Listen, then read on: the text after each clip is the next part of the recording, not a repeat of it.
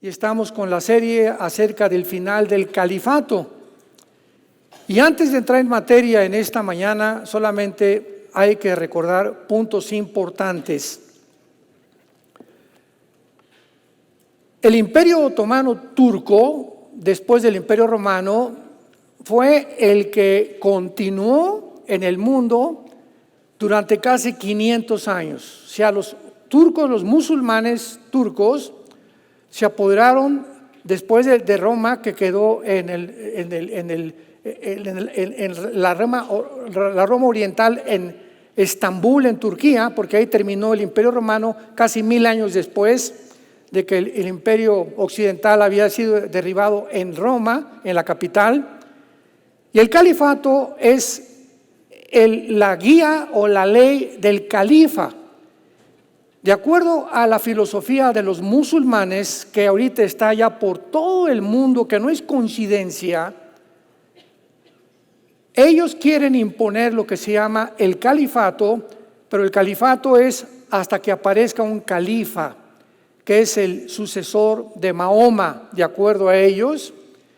Y cuando el Imperio Otomano Turco fue derrotado en 1923 por los ingleses, por el general Allenby, para ser más precisos, el Imperio Otomano quedó sepultado, muerto.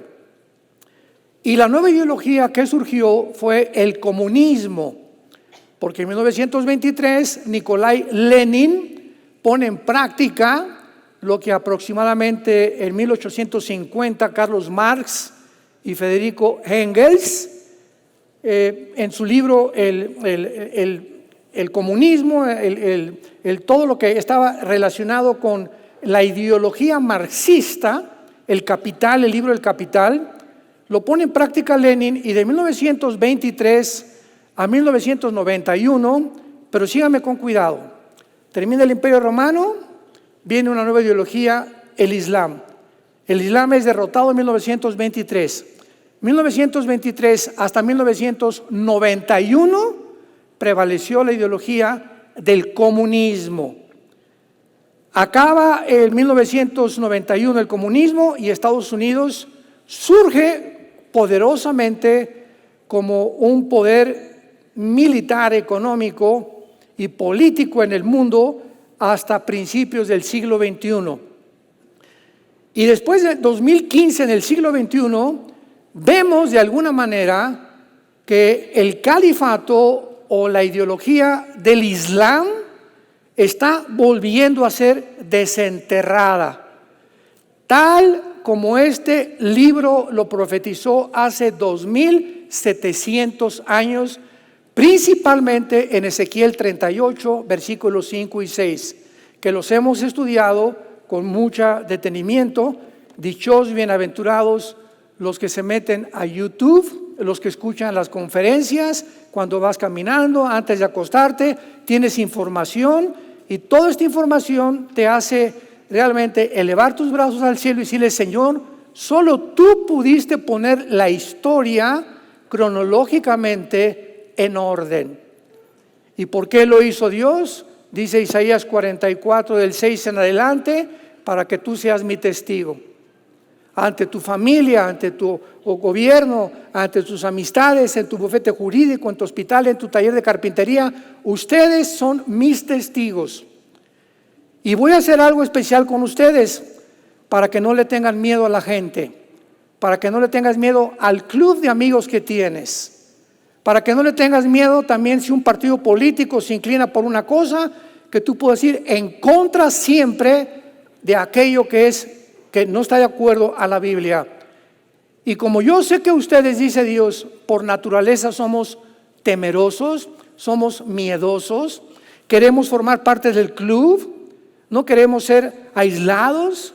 Y si no fumas, pues no eres de nosotros. Si no te echas el tequila, no eres de nosotros. Si no te acuestas con tu novio, no eres de nosotros. Señorita, si usted no se va con su jefe, no le subo el sueldo.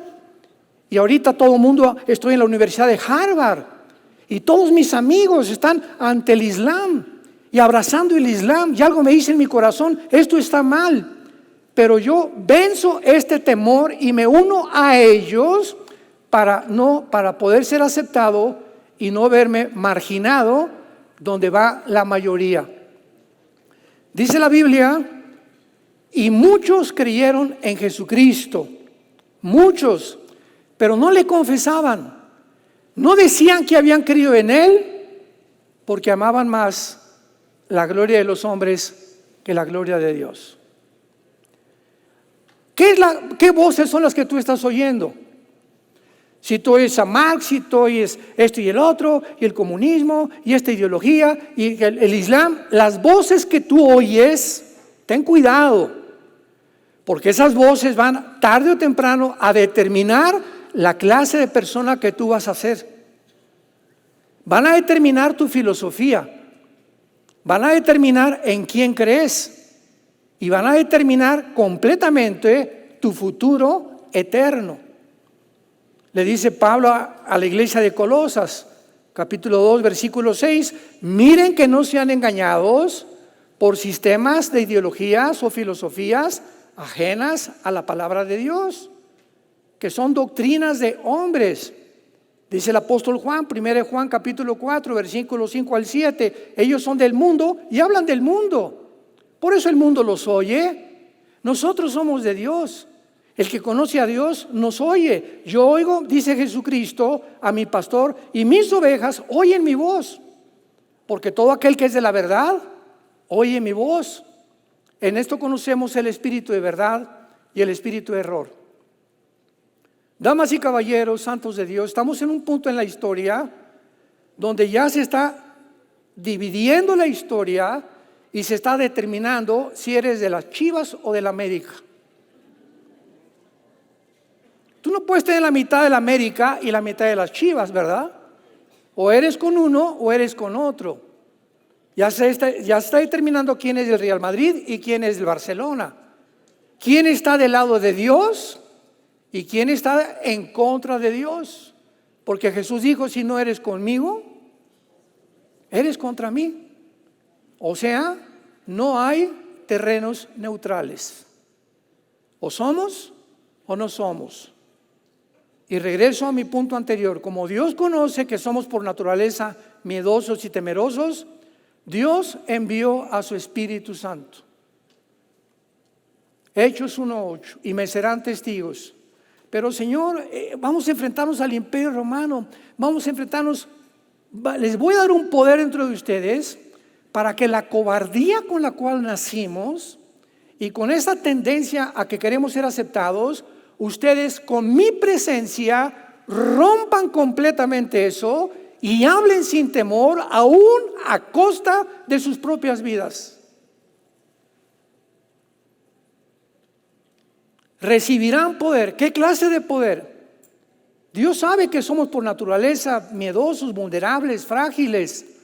Necesitamos algo sobrehumano, sobrenatural, que es la presencia del Espíritu Santo en mi vida, para yo enfrentarme a un mundo que está en contra de mí, en contra de sus principios, en contra de sus mandamientos. Y el mundo que estamos viviendo actualmente va a ir de mal en peor, porque si Jesús viene, las cosas no pueden mejorar. Jesús no viene a un mundo color de rosa, viene a un mundo al revés, a sacarnos antes de que Él envíe los 21 juicios que se encuentran en el libro del Apocalipsis. La presencia de Jesús está cada día más cerca de todos nosotros. Y esta es la razón por la cual la Biblia profetizó que habría 7 imperios antes de que Cristo llegara.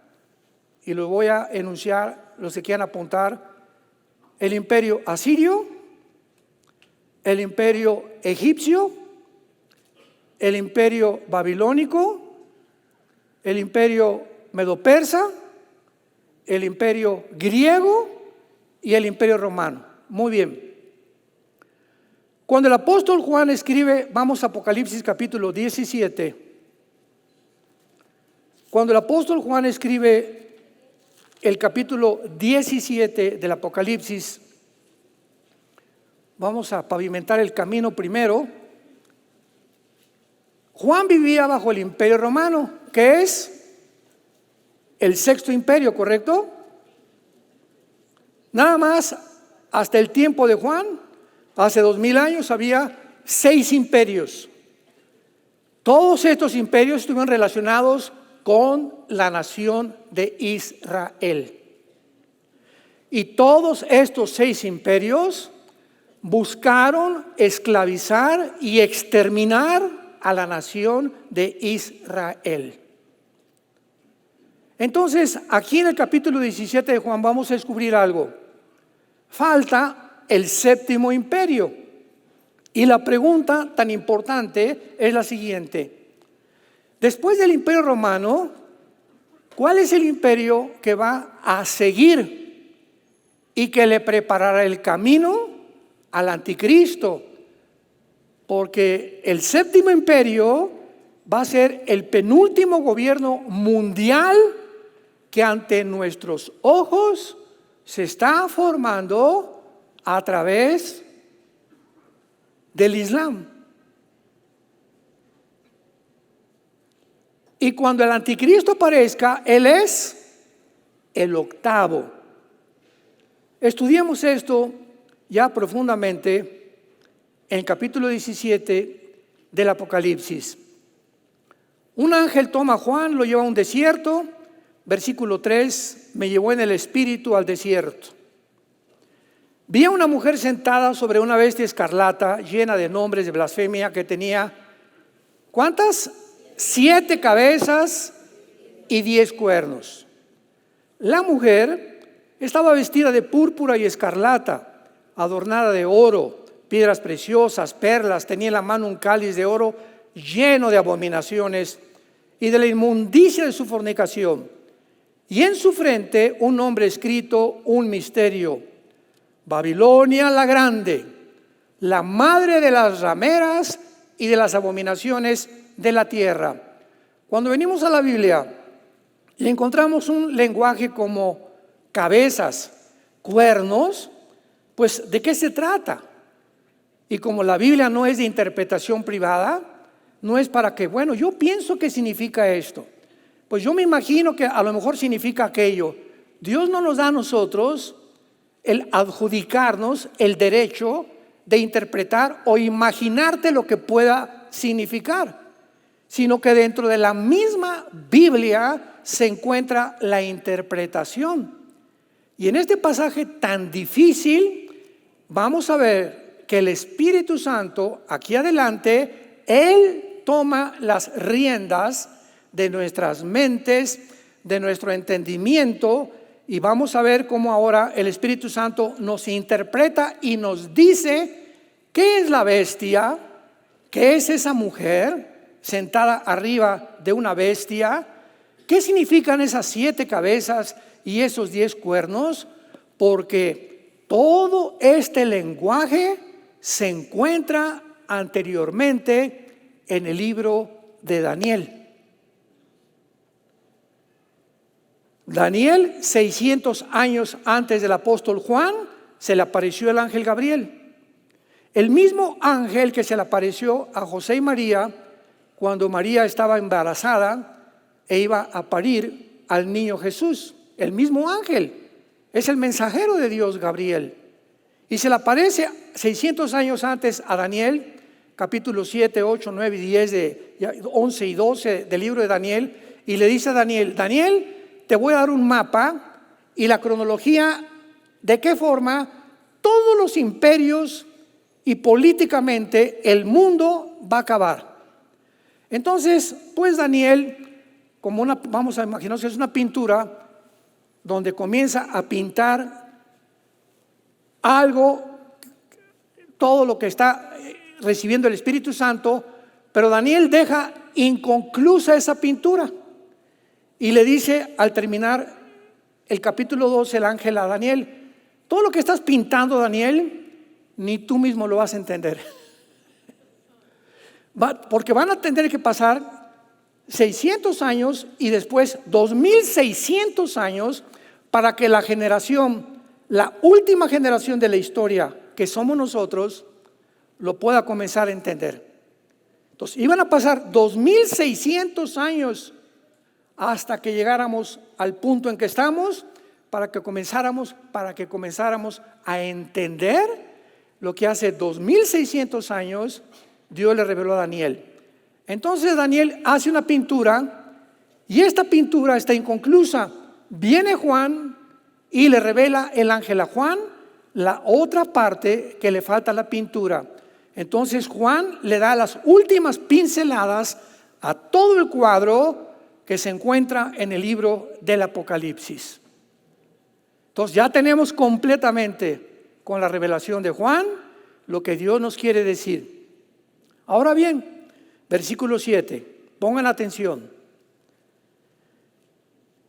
Ante esto, desde luego, Juan se queda, como ahorita muchos de ustedes, ¿qué significa esto, no? O sea, esto es un lenguaje cibernético o ciencia ficción o hasta de cuál fumaron, ¿no?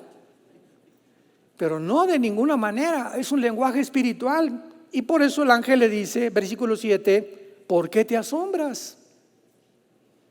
Yo te diré el misterio de la mujer y de la bestia que la trae, la cual tiene 7 cabezas y los 10 cuernos.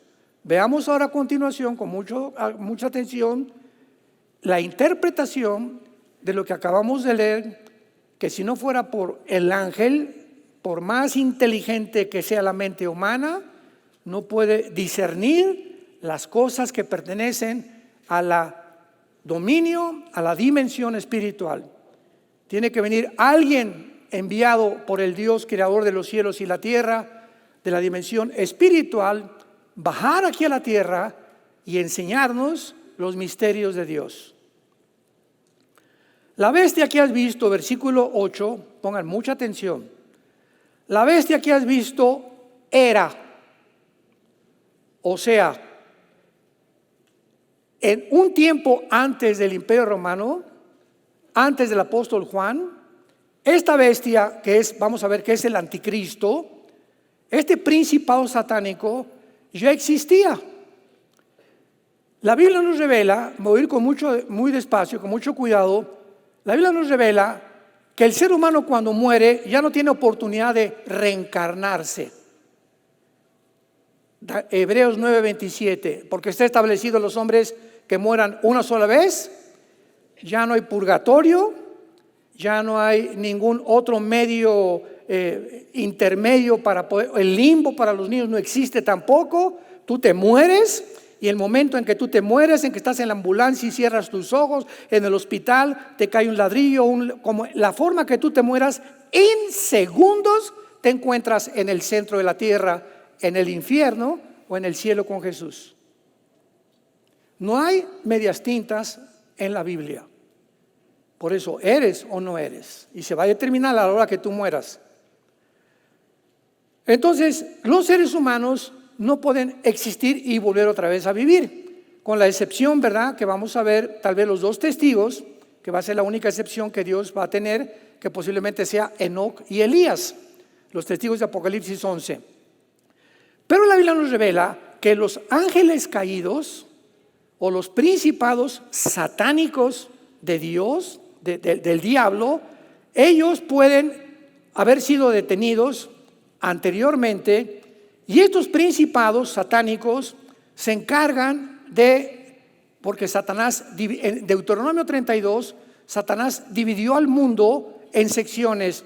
Aquí va a ser Rusia, Estados Unidos, etcétera, etcétera, y a cada nación Satanás asignó a un príncipe de él.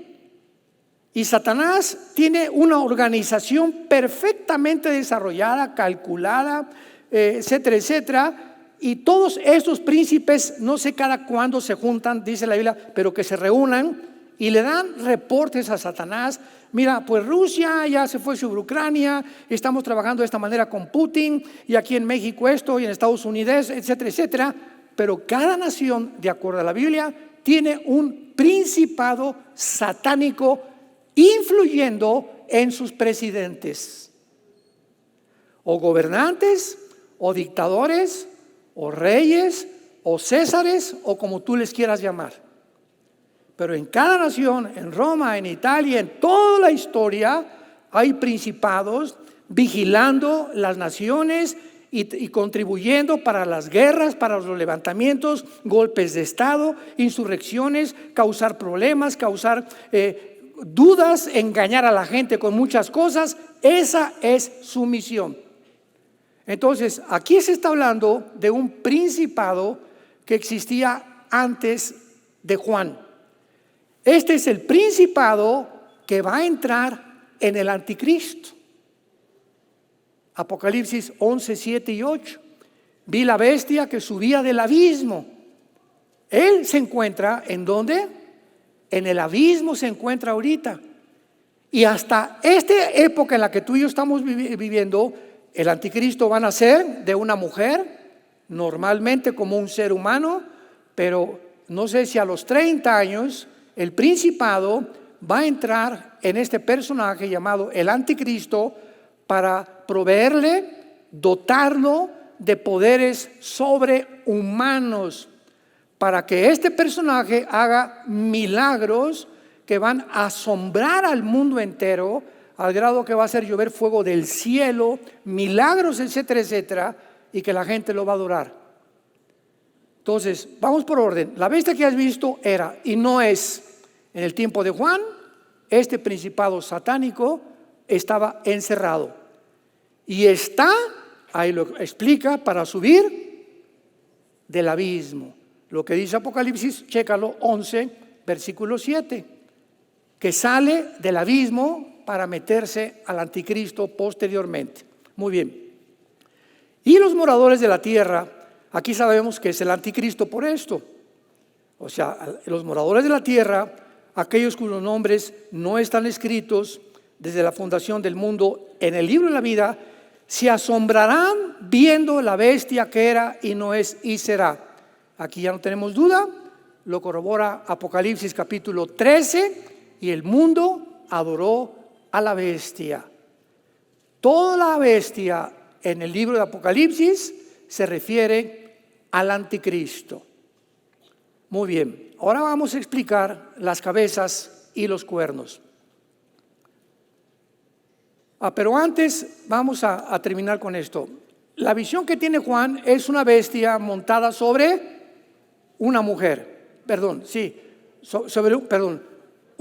La ramera montada sobre la bestia, ¿verdad? En los versículos anteriores. La bestia es el anticristo, la mujer es, versículo 18, díganmelo ustedes. ¿Quién es la mujer? Es una ciudad que gobierna sobre los reyes de la tierra. La única ciudad en la historia humana que ha ejercido dos poderes, la única, el poder político y el poder religioso, ha sido Roma. 18 siglos, Roma controló Francia, Inglaterra, Bélgica, Bulgaria, Rumanía, Alemania, y desde el asiento en la ciudad del Vaticano se encontraba el rey, que era el Papa. Nadie en la Unión Europea, nadie en Europa podía casarse sin que el rey lo autorizara, sin que el Papa le diera la bendición. Nadie podía entrar en guerra, Francia contra Alemania o contra España, sin que el Papa lo autorizara. Entonces, siendo un poder religioso, se mezcló con la política, se amalgamó, ¿verdad? Se hizo un sancocho completamente entre la religión y la política, cosa que no es así bíblicamente. La iglesia tiene una parte, la política tiene otra parte. La política o los gobiernos tienen el deber de infundir el temor a los malos, protegernos para que tengamos y gocemos de libertades y garantías individuales, proteger la propiedad privada y la iglesia cambiar a las personas mediante la predicación del evangelio de la gracia de Dios. Son dos funciones completamente diferentes. La iglesia tiene mucho más influencia porque cambia al ser humano. El gobierno no puede cambiar a nadie. El gobierno está para imponer la ley. Y por eso usa soldados, policías, cárceles, jueces, etcétera, etcétera. Porque el ser humano es por naturaleza violento, agresivo, violador, criminal, asaltante, secuestrador, ladrón, defraudador. Y eso solamente se puede usar un gobierno para detener eso. Y cuando el gobierno no ejerce ese poder que tiene para detener la criminalidad, ese gobierno dejó de funcionar ante los ojos de Dios. Entonces, la bestia es el anticristo y este poder, la mujer ramera, pues se llama ramera porque se ha mezclado con todos los reyes de la tierra. Y es una gran ciudad. En el tiempo de Juan y antes de Juan, la única gran ciudad fue Roma, políticamente y religiosamente. ¿De qué nos habla esto? Que cuando el anticristo comience su carrera, el poder religioso lo va a controlar, lo va a dominar. Y esto es asombroso porque lo estamos viendo con nuestros propios ojos. Irán, la nación de Irán, en el siglo XXI, en el mes de mayo en que nos encontramos, es la nación centro, es el corazón del terrorismo internacional. Irán, no el pueblo iraní. Hay cantidad de iglesias cristianas en Irán y está creciendo la iglesia cristiana. Estoy hablando de los ayatolas, de los gobernantes.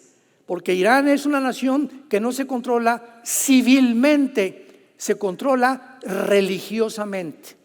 Ahora, muy bien, Irán tomó el Líbano y ahora el gobierno del Líbano te haces a un lado y voy a poner a un grupo de terroristas llamados Hezbollah, que significa el partido del pueblo, a quien Irán sostiene y financia.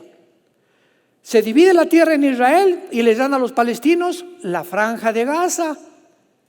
Y entonces en 2005 se sale Egipto de Gaza, Israel. Escuchen esto, vean cuántas mentiras de los medios de comunicación. Se sale y entonces Israel tenía dentro de Gaza escuelas, hospitales, gimnasios, etcétera, etcétera, que les donó a los palestinos para que vivieran mejor. Pero en el 2005 y al 2007 se forma en Gaza lo que se llama la Autoridad Palestina Al-Fatah y nombran al que todavía hasta ahorita es el director llamado Mahmoud Abbas, que hasta ahorita no ha habido ni elecciones y sigue él casi como dictador. Muy bien. En el 2007 se sale Israel, sacan a todos los judíos, se enojaron, había más de 3,000, 4,000 asentamientos judíos en Gaza y le dice el gobierno de Israel, sálganse porque ahora es terreno y van a hacer ellos lo que ellos quieran. Cuando se salieron los judíos, los hospitales, las escuelas, los parques, los campos de fútbol que Israel había construido, los quemaron.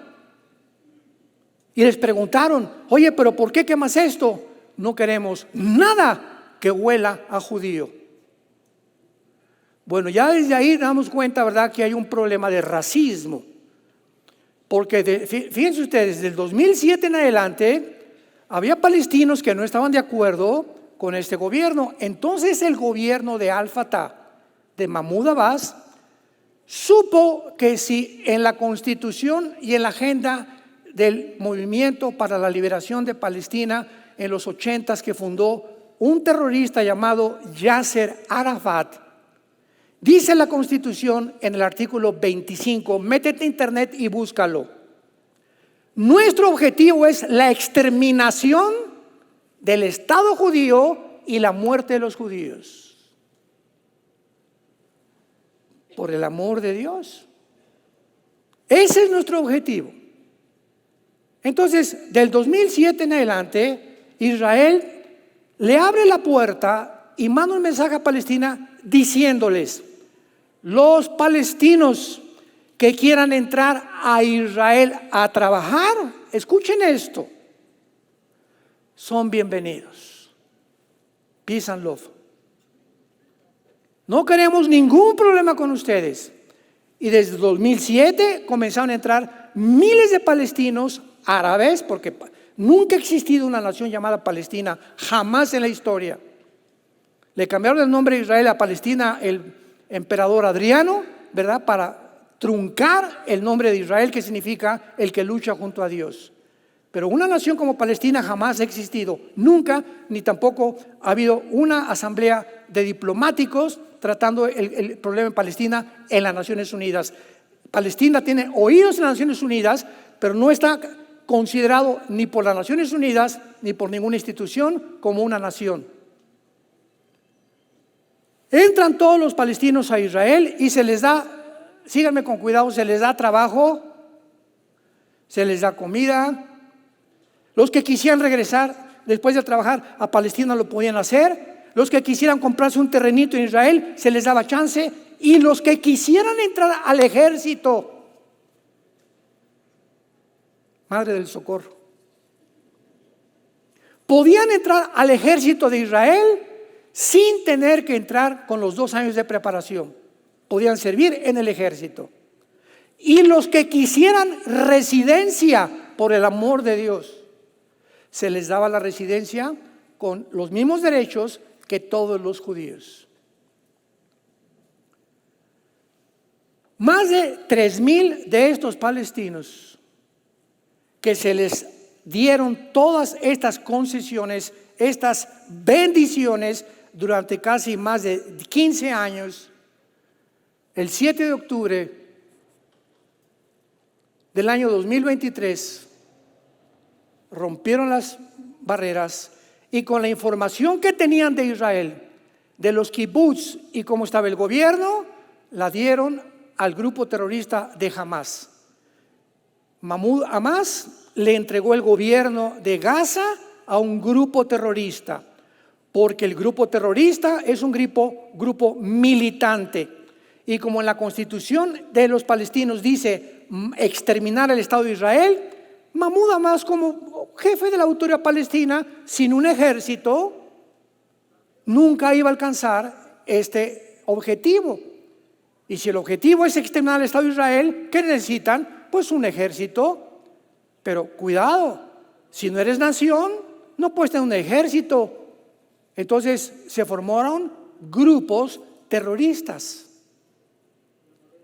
Le quitaron el gobierno a Mahmoud Abbas, y el grupo de Hamás desde el 2007 a 2008 hasta el año pasado recibió con B de burro, billones de dólares de Irán, de Arabia Saudita, de los mismos Estados Unidos.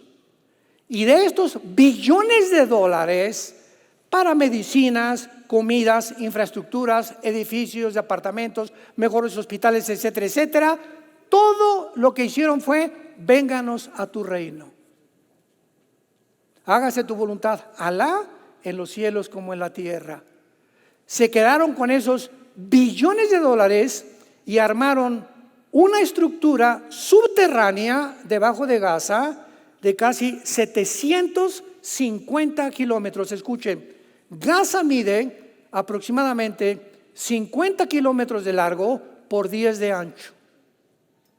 Imagínense una red de túneles de 750 kilómetros dentro de un terreno de casi 50 kilómetros, con aire acondicionado, con los mejores cementos, electricidad, cocinas y túneles a 15 metros bajo el suelo. ¿Qué infraestructura usaron? ¿Qué tecnología usaron para haber perforado y haber llegado hasta el fondo casi de la tierra y hacer túneles donde cabía un coche? Le ganaron al Chapo. O no sé si fue su consejero. todos esos billones de dólares los hicieron en túneles. ¿Con qué propósito?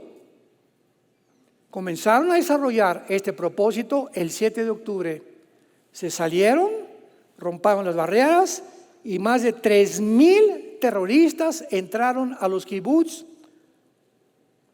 A los bebés los metieron en un horno. Me van a perdonar el lenguaje que voy a usar. Les sacaron los ojos enfrente de bebés de 6 meses, enfrente de los papás, con un desatornillador los ojos. Ya que acabaron con los bebés, los quemaron o los metieron a un horno enfrente de los papás.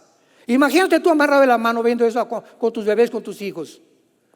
Ya que acabaron con los bebés, siguieron con las mujeres y les abrieron el vientre enfrente del esposo. Y mientras el esposo veía esto, le cortaron las manos a los varones, para que con el dolor que tenían del bebé y la mujer, siguieran sufriendo. Y cuando acabaron, los quemaron a todos juntos. Esto es diabólico. Ni siquiera los nazis habían caído en una masacre como la que ellos hicieron. Y aparte se llevan a 250 rehenes y matan a 1,200 judíos.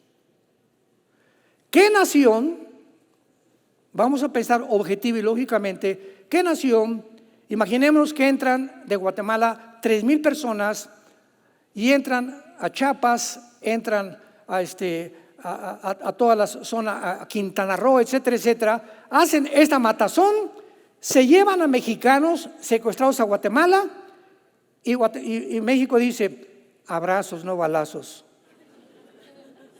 ¿Se imagina que reaccionáramos de esa manera? La Biblia le dio a los gobiernos en la Biblia el derecho de usar la fuerza, la violencia, el ejército, la policía, las cárceles, porque la naturaleza humana es de maldad. Entonces no puede permitir un gobierno que esto suceda. Tendríamos que reaccionar, ¿verdad? Y ahora hay una cosa importante. De acuerdo a la ley internacional de las guerras, cuando se declara esto, casi le toca a México esto hace como 6 meses. Cuando un gobierno, por ejemplo, califica a un grupo dentro de una nación, en este caso México, que si los cárteles de la droga o cualquier grupo se les califica como terroristas, la Constitución mexicana dice que si un agente del FBI quiere entrar a México no puede entrar armado. En otros presidentes los han permitido. Y si quiere entrar la policía, no puede entrar la policía porque es México. No puede entrar el ejército de Estados Unidos a México porque tiene que respetar el terreno mexicano y la Constitución. Pero cuando el gobierno detecta que hay un grupo que es terrorista y se les califica como terroristas, cualquier gobierno en el mundo entero puede entrar e invadir para buscar a esos terroristas o matar a los terroristas o llevarlos a la justicia. En el caso de Gaza, Hamás no es una nación, los palestinos es una nación, Gaza es un grupo terrorista e Israel, de acuerdo a la ley legal internacional, se le permitía entrar a Gaza y buscar a estos infelices para llevarlos a la justicia o para matarlos. Inmediatamente el mundo reacciona en contra de Israel. Y la pregunta más importante, ustedes que no son cristianos, politólogos que nos escuchan, filósofos, escritores, geopolíticos, ¿por qué Israel ha sido siempre el centro del odio? ¿Por qué no los budistas? ¿Por qué no los musulmanes? ¿Por qué no otra secta, otro grupo étnico? ¿Por qué tienen que ser los judíos? Como ahora en la Universidad de Columbia, en Nueva York, los entrevistó una cadena de televisión. Oye, muchacho, ¿y tú cómo estás pensando? Porque, ¿qué tienen los judíos? ¿Qué te hicieron los judíos? Nada. Entonces, ¿por qué estás Palestina, que no sé qué? Porque todo el mundo trae la bandera. El síndrome del rebaño, lo que hablábamos al principio.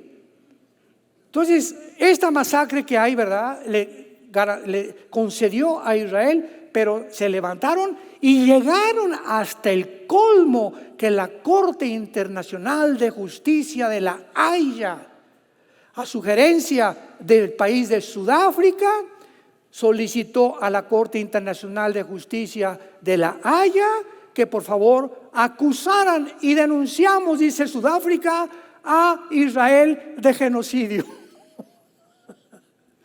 ¿Están marihuanos? Es un chiste de veras.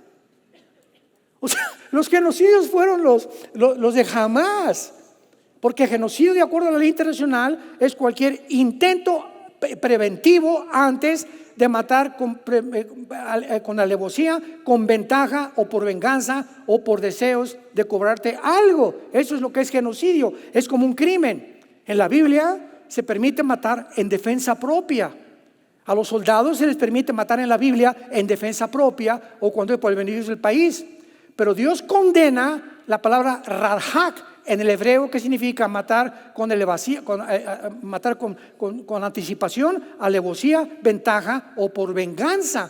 Eso es un crimen, eso se llama asesino. Matar en defensa propia no es asesinar, es matar. Asesinar es con premeditación, alevosía, ventaja o por venganza. Por favor, síganme con mucho cuidado y entiendan la diferencia entre matar y defender tu vida y la de tu familia. Todo ciudadano en cualquier parte del mundo tiene derecho a defender su casa, a defender tu propiedad y a defender tu vida. Y si a tu casa se meten un grupo de 3 o 4 personas a violar a tus hijos, a matar a tus bebés, y tú tienes una pistola, tú tienes el derecho de matarlos. ¿Por qué digo matarlos? Porque si les disparas a las piernas, es la ley de la justicia. Si les disparas a las piernas a los ladrones o secuestradores o asaltantes, tú no sabes, se caen al suelo y pueden traer una pistola aquí guardada. Por eso a la policía se le dice en Estados Unidos que siempre que tiren es de aquí a acá. Siempre te da una pistola, quiero que te digas, esta pistola es para matar, no para lastimar. ¿Quién de nosotros no haría eso? Todos. ¿Por qué? Porque es mi familia y no voy a permitir que nadie haga eso con mi familia. Y eso es lo que hizo Israel y los acusan de genocidio. Creo que ustedes vieron el video que subimos en YouTube, donde yo di estoy dando casi cada 2 semanas algo en vivo y hablé sobre eso precisamente y le dije sobre la Corte Internacional Penal de Justicia. ¿Cómo es posible que la Corte, vean ustedes, les dije, le llamé al video la degeneración o lo absurdo en lo que se encuentra la justicia internacional? La Corte Internacional de Justicia está compuesta por 15 o 17 jueces. Muy bien, me llega una solicitud, Sudáfrica la firma, demandemos por genocidio a Israel. Número 1, cualquier juez, vean la hipocresía, cualquier juez que forma parte de esta institución inmediatamente tiene que saber lo siguiente. Muy bien, ¿cuál es la acusación? Genocidio. ¿Qué es genocidio? Para que se pueda aplicar el castigo por genocidio.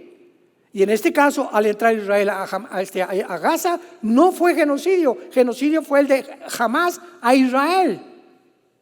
Entonces, el momento en que yo recibo esto, digo, discúlpenme Sudáfrica, pero de acuerdo a este escrito, no tiene ninguna relevancia porque no se ajusta a la definición de genocidio que en 1944, por primera vez, esta palabra no existía en el diccionario. La palabra genocidio aparece a partir de 1944, cuando alguien buscó un abogado en Europa para determinar lo que los nazis estaban haciendo, que era un genocidio, aparece en el diccionario Webster la palabra genocidio. Entonces, ¿qué iban a hacer los jueces? Devolver la solicitud, pero no la devolvieron. Se hicieron y siguieron el juego. La vamos a examinar. ¿Examinar qué cosa? Por el amor de Dios, partiendo del punto que no coincide con la definición de lo que es un genocidio. Y ahí la tuvieron como 1 semana, 2 semanas, y el mundo, ya ves, es cierto, el genocidio, Finalmente, gracias a Dios, la Corte Internacional de Justicia dijo, discúlpeme, no es genocidio, y le devolvieron. ¿por qué jugaron 2 semanas con esta solicitud la Corte Internacional de Justicia?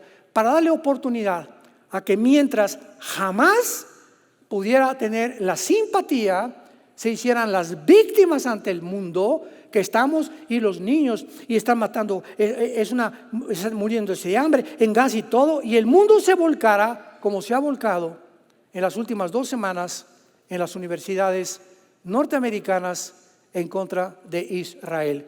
Los gritos son muerte a Israel.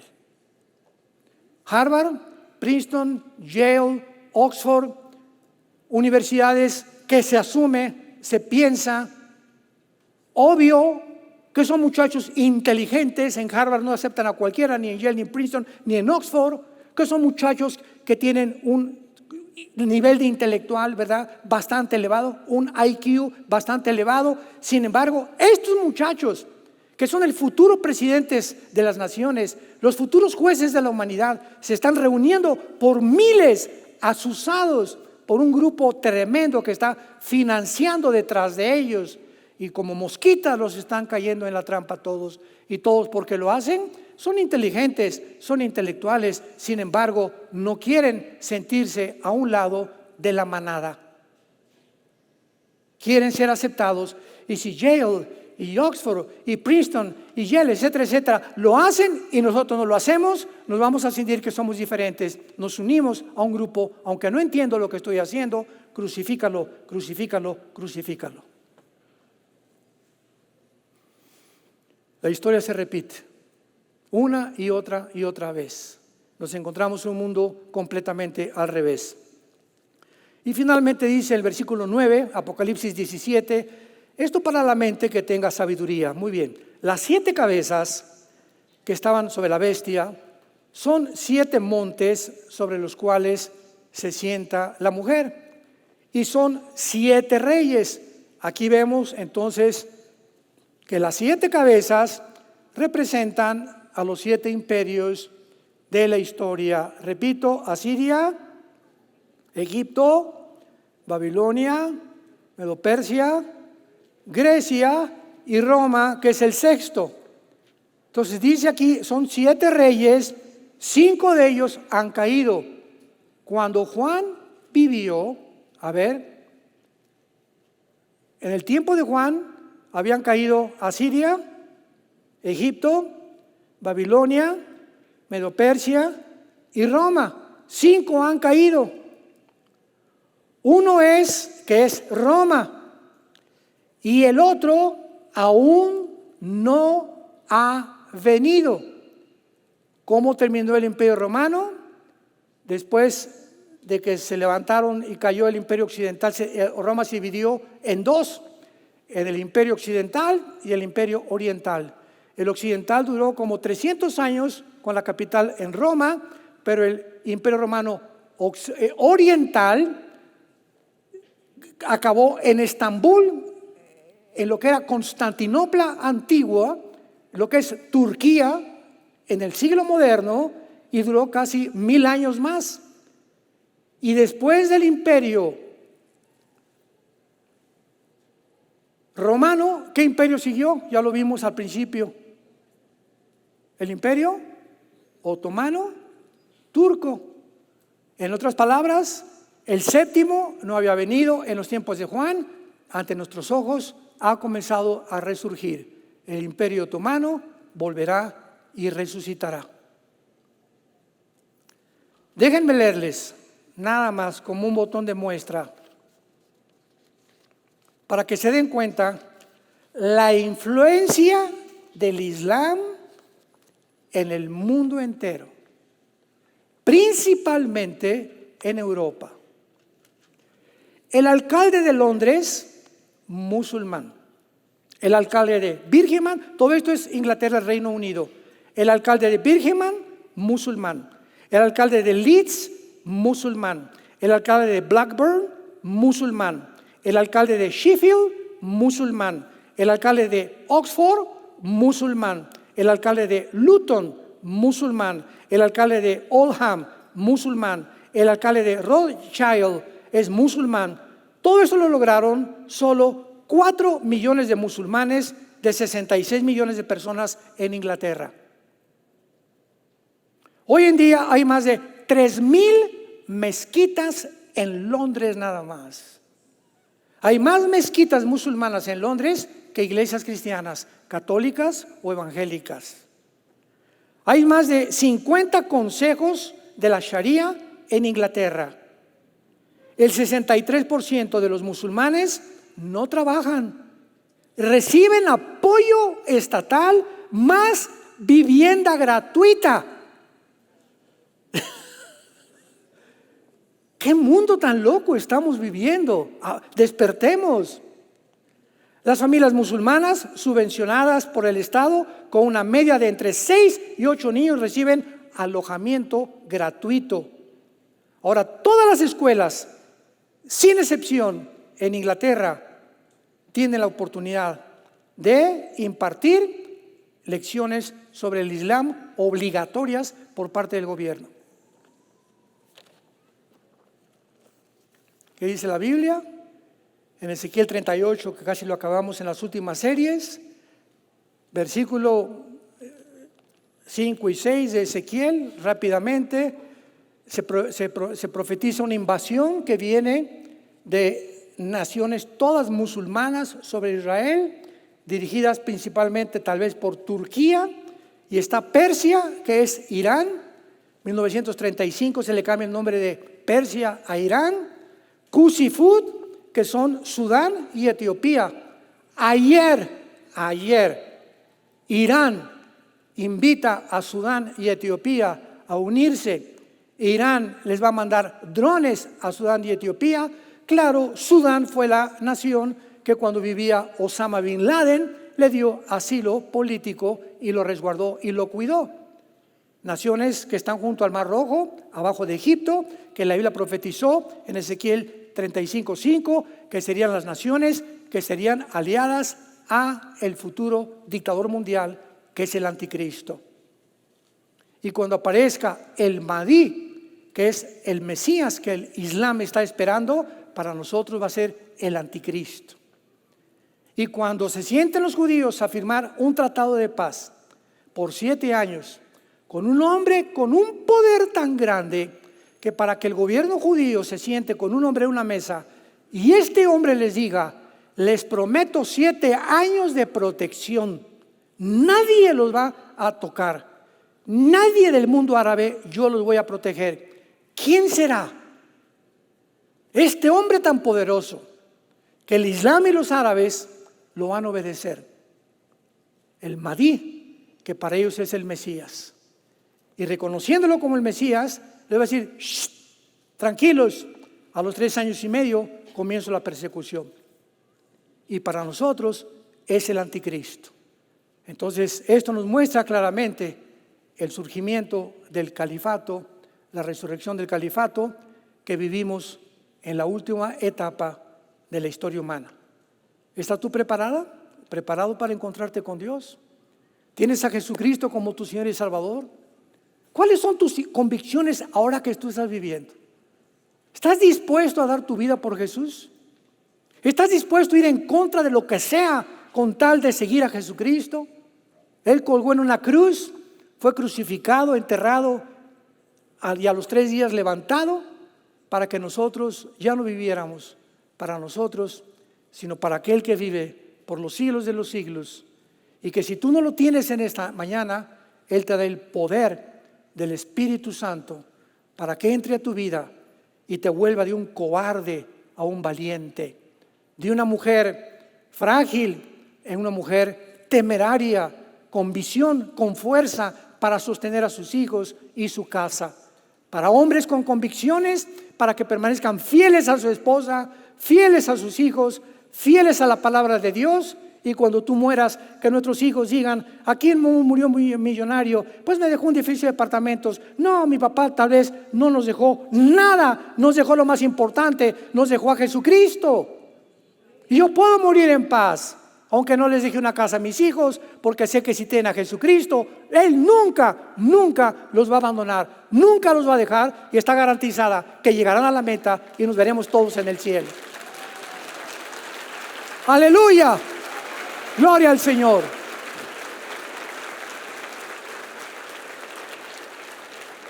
Te damos gracias, Señor Dios y Padre de Jesucristo, nuestro Señor y Salvador. El que nos corona de favores y misericordias, el que rescata de nuestra vida del hoyo, el que sana todas nuestras dolencias. Gracias, Señor, porque tu temor será medicina a nuestro cuerpo, medicina a nuestros huesos. Aún en la vejez estaremos vigorosos y verdes, y floreceremos como la palmera, creceremos como el árbol del Líbano, para anunciar al mundo que tú eres nuestra fortaleza y que en ti no hay injusticia. No nos vamos a cansar porque tú nos vas a dar fuerzas como el águila, ni nos vamos a fatigar. Nos mantendrás con energía durante toda nuestra vida. Nos concederás las peticiones de nuestro corazón porque hemos esperado en ti. Y nadie que te conoce será avergonzado porque esperamos en aquel que dice: yo soy el camino, la verdad y la vida. Recibe a Cristo en esta mañana con todo tu corazón. Ábrele tus brazos de tu vida interior y dile: Señor mío y Dios mío, perdona mis pecados. Creo que en la cruz pagaste por ellos con tu sangre y que a los 3 días, después de haber sido enterrado, crucificado y resucitado, vienes a mí a darme la vida eterna. Te recibo, Jesús. Dame ese poder que no tengo para ir en contra del mundo, en contra de la opinión popular, porque son los pocos los que hacen que cambien las cosas. Porque no nos has llamado a detener el diluvio, sino a meternos en el arca. No podemos cambiar las circunstancias locas del mundo que vivimos. Nos has llamado a buscarte, a tener paz en tu presencia cada día con tu palabra y a esperarte con esta tranquilidad de espíritu, sabiendo que nada nos pasará. Toda arma forjada contra nosotros no prosperará. Condenarás toda lengua que se levante contra nosotros en juicio, porque en ti hemos esperado. En el nombre de Jesús. Amén.